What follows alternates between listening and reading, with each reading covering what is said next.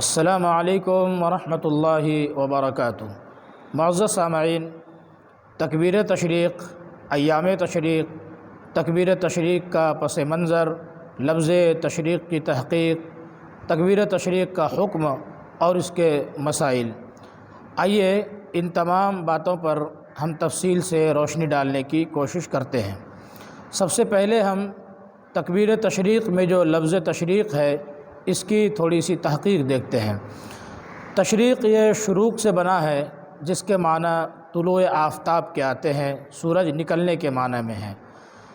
اسی طریقے سے تشریق سورج کی طرف رخ کرنا یا مشرق کی طرف رخ کرنا، یا کسی چیز کو دھوپ میں سکھانے کو بھی کہا جاتا ہے۔ تشریق کا لفظ کسی چیز کو دھوپ میں سکھانے پر بھی بولا جاتا ہے۔ اہل عرب چونکہ ان ایام میں گوشت سکھایا کرتے تھے، اسی لیے ان ایام کو ایام تشریق کہا جاتا ہے۔ آئیے اب ہم اس کا پس منظر جانتے ہیں۔ تکبیر تشریق کا پس منظر کیا ہے؟ تکبیر تشریق کا پس منظر یہ ہے کہ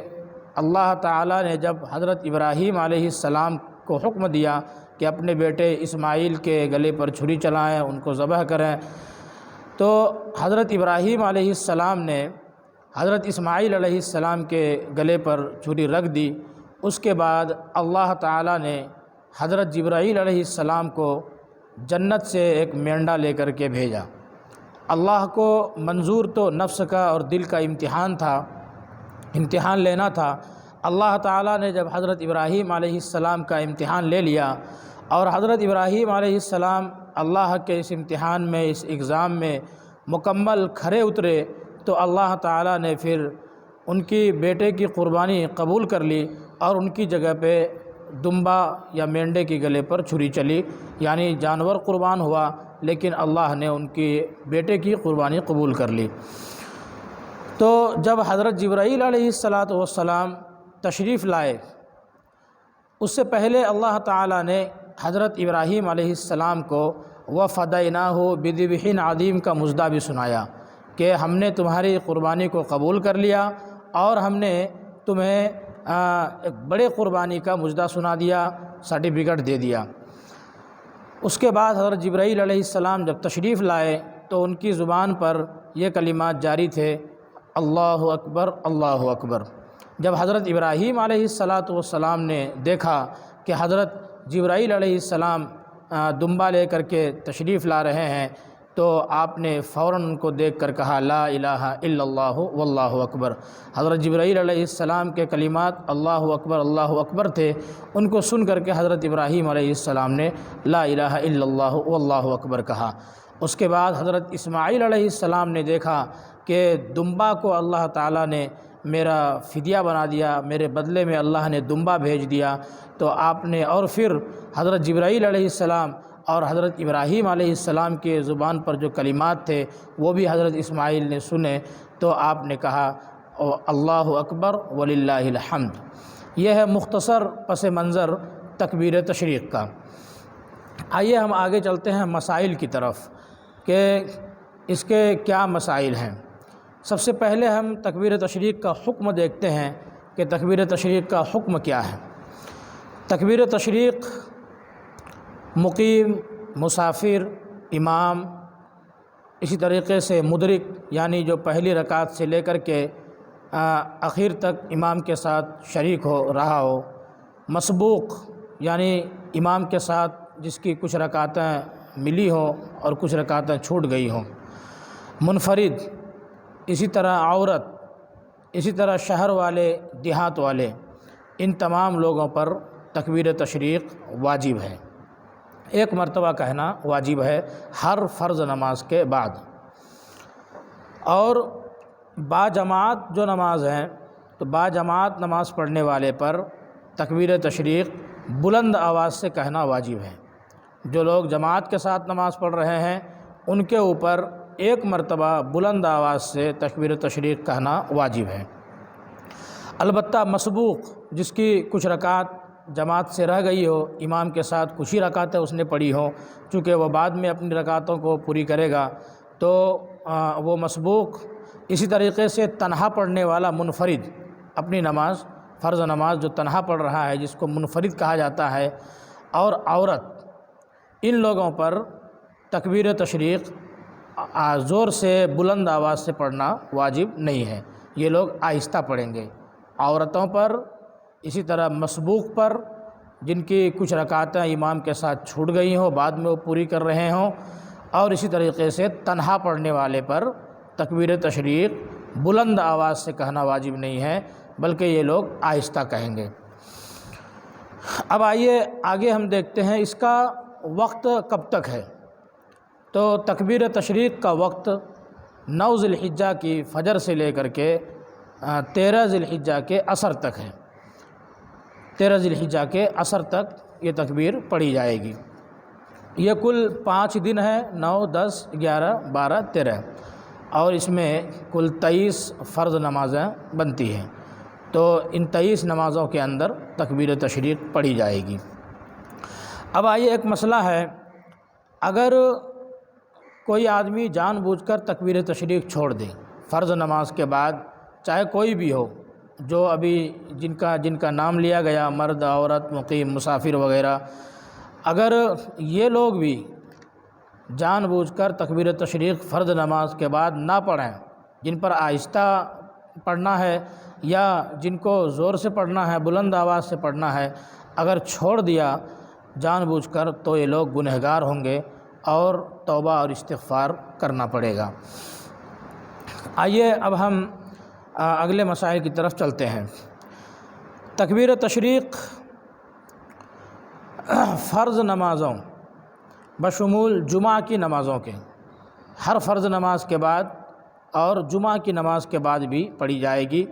وتر، سنت اور نفل کے بعد تکبیر تشریق نہیں پڑھی جائے گی۔ اور احتیاط کا تقاضا یہ ہے کہ عید الاضحیٰ یعنی بقرعید کی جو نماز ہے، نماز کے بعد بھی یہ تکبیر پڑھ لی جائے۔ عید الاضحیٰ کی نماز کے بعد واجب تو نہیں ہے، لیکن باعث ثواب ہے، باعث ثواب ہے، اس لیے عید الاضحیٰ کی نماز کے بعد بھی یہ تکبیر کہہ لی جائے، پڑھ لی جائے، واجب نہیں ہے، واجب ہے ہر فرض نماز کے بعد۔ اسی طریقے سے اگر 9 ذی الحجہ کی فجر کی نماز سے لے کر کے 13 ذی الحجہ کی عصر کی نماز تک کوئی نماز فوت ہو جائے، کوئی نماز چھوٹ جائے، اور انہی دنوں میں، اسی سال انہی دنوں میں ان نمازوں کی اگر قضا کر رہا ہو، 9 ذی الحجہ کی فجر سے 13 ذی الحجہ کی عصر تک جو تکبیر تشریق ہم پڑھیں گے، جو پڑھنا واجب ہے، اگر کسی کی کوئی نماز اس درمیان میں چھوٹ گئی اور وہ اسی سال انہی دنوں میں ان نمازوں کی قضا کر رہا ہو، تکبیر تشریق کے ہی دنوں میں، تو اس قضا نماز کے بعد بھی تکبیر تشریق پڑھی جائے گی، تکبیر تشریق ان کو وہ پڑھیں گے۔ اسی طریقے سے اگر کسی نماز کے بعد امام تکبیر کہنا بھول جائے، تو مقتدیوں کو چاہیے کہ فوراً خود تکبیر کہہ دیں بلند آواز سے، امام کی تکبیر، امام کے کہنے کا انتظار نہ کریں۔ تکبیر تشریق ہر فرض نماز کے بعد صرف ایک مرتبہ پڑھنا واجب ہے، اور ایک مرتبہ کا ہی حکم ہے، 2 بار یا 3 بار کا حکم نہیں ہے، لہذا صرف ایک مرتبہ کہنے پر ہی اکتفا کرنا چاہیے۔ البتہ اگر 3 بار، ایک سے زیادہ چاہے 2 بار یا 3 بار اگر کہتے ہیں تو یہ بھی درست ہے، جائز ہے۔ اگر کوئی تکبیر، چونکہ یہ تکبیر ہے، تو اگر سنت کی نیت سے کوئی نہ کہے، چونکہ یہ سنت نہیں ہے 3 مرتبہ کہنا، 1 مرتبہ واجب ہے اور 1 ہی مرتبہ کا حکم ہے، اگر کوئی 3 بار، 2 بار یا 3 بار کہہ رہا ہے، یعنی 1 سے زائد مرتبہ، اور وہ سنت سمجھ کر نہیں کہہ رہا ہے، تو درست ہے، جائز ہے، 3 بار یہ تکبیر پڑھ سکتے ہیں۔ البتہ ہاں، اور پڑھنے کا، چونکہ یہ تکبیر ہے، اللہ کا ذکر ہے، تو پڑھنے کا اس کو ثواب ملے گا، اللہ کے ذکر کا ثواب ملے گا اگر ذکر کی نیت سے پڑھے، لیکن سنت سمجھ کر کے نہ پڑھے، اس لیے کہ یہ سنت سے ثابت نہیں ہے، 1 ہی مرتبے کا حکم ہے اور 1 ہی مرتبہ ثابت ہے۔ اس مسئلے کو اچھی طریقے سے سمجھ لینے کی ضرورت ہے۔ اب آئیے ہم یہاں پر ایک مسئلہ یہ سمجھتے ہیں کہ فرض نماز کے سلام کے فوراً بعد یہ تکبیر پڑھنی چاہیے۔ سلام کے فوراً بعد اگر کوئی پڑھنا بھول جائے، سلام پھیرا اور اس کے بعد تکبیر کہنا بھول گیا، تو اگر نماز کے خلاف ابھی تک کوئی کام نہ کیا ہو، یعنی وہ کام جو نماز کو توڑنے والے ہیں، مفسد صلاۃ ہیں، جس سے نماز ختم ہو جاتی ہے، اگر ایسا کوئی کام نہ کیا ہو، ابھی فوراً سلام پھیر کر کے بیٹھا ہو، تکبیر کہنا بھول گیا ہو، لیکن اگر مفسد صلاۃ یعنی نماز کو توڑنے والا کوئی کام نہ کیا ہو تو اور تکبیر یاد آ جائے، اس کام سے پہلے تکبیر یاد آ جائے تو تکبیر کہہ دینی چاہیے، اور اگر نماز کے خلاف کوئی کام کر لیا تو اب تکبیر کا وقت ختم ہو گیا، اب توبہ اور استغفار کرے۔ اگر تکبیر تشریق سے پہلے بات چیت کر لی، بات چیت چونکہ مفسد صلاۃ میں سے ہے جو نماز کو ختم کر دیتی ہے، اگر تکبیر سلام پھیر کر کے تکبیر تشریق سے پہلے بات چیت کر لیا تو بھی تکبیر تشریق کا وجوب اس کے ذمے سے ساقط ہو جاتا ہے، چونکہ اب اس کا وقت ختم ہو گیا۔ اس کا وقت، تکبیر تشریق کا وقت سلام پھیرنے کے فوراً بعد ہے، جب تک کہ کوئی نماز کے منافی، نماز کے خلاف، نماز کو توڑنے والا کوئی کام نہ کیا ہو۔ لہذا سلام پھیرنے کے فوراً بعد تکبیر تشریق پڑھنے کا اہتمام کرنا چاہیے۔ تکبیر تشریق سے پہلے عمداً وضو توڑ دیا، جان بوجھ کر کسی نے اگر تکبیر تشریق سے پہلے وضو توڑ دیا تو اس کا کیا حکم ہے؟ اس کا حکم یہ ہے کہ اس سے بھی تکبیر تشریق ساقط ہو جاتی ہے۔